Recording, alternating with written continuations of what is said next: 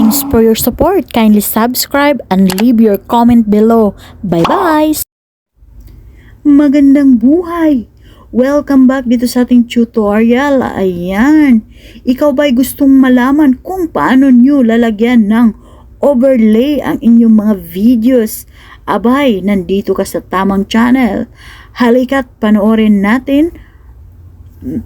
Yan, welcome dito sa ating hinandang video. Ayan, nandito na po tayo sa ating editor na CapCut. So, ito na po yung ating hinandang video. So, para lang yon kanina lang. Ang gagawin naman po natin ngayon ay lalagyan po natin ng overlay.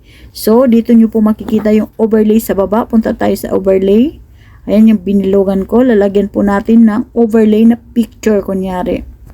Ayan. Click mo lang po yung add overlay. So, mapupunta tayo dito sa ating gallery. So, hanapin nyo lang po dito sa photos. Dito sa kabila may photos. Kunyari, itong picture ko na to, ang i-add natin. Click nyo lang po yung add. Ayan, nandyan na po sa gitna yung picture natin. I-drag nyo lang po. Or gusto nyo paliitan, palakihan. Touch nyo lang po yung screen. Palakihan, paliitan. Ganun lang po. Tapos, ibaba nyo lang po kung gusto nyo ibaba or itaas. Ganun lang po. Tapos, kung gusto niyang lahat ng videos lagyan, i-drag nyo lang po hanggang sa lahat ng videos. Ayan, ganun. At kung gusto niyo ng animation, click nyo lang po yung in-add overlay nyo. Tapos, meron dito, makikita nyo dito sa baba, yung binulugan ko, animation. Ayan, gusto nyo pagalaw-galawin yung videos nyo ng ganun. O paganon-ganon, ganun lang po. Ang ganda, diba? Check nyo lang po pagkatapos nyo makapili ng inyong mga animation.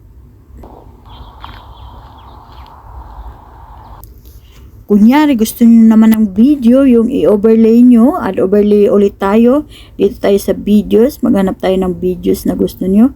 Kunyari, itong napili, thank you. Add nyo na lang. Simpleng tips and tricks na may malaking tulong. Pasok, panoorin hanggang dulo.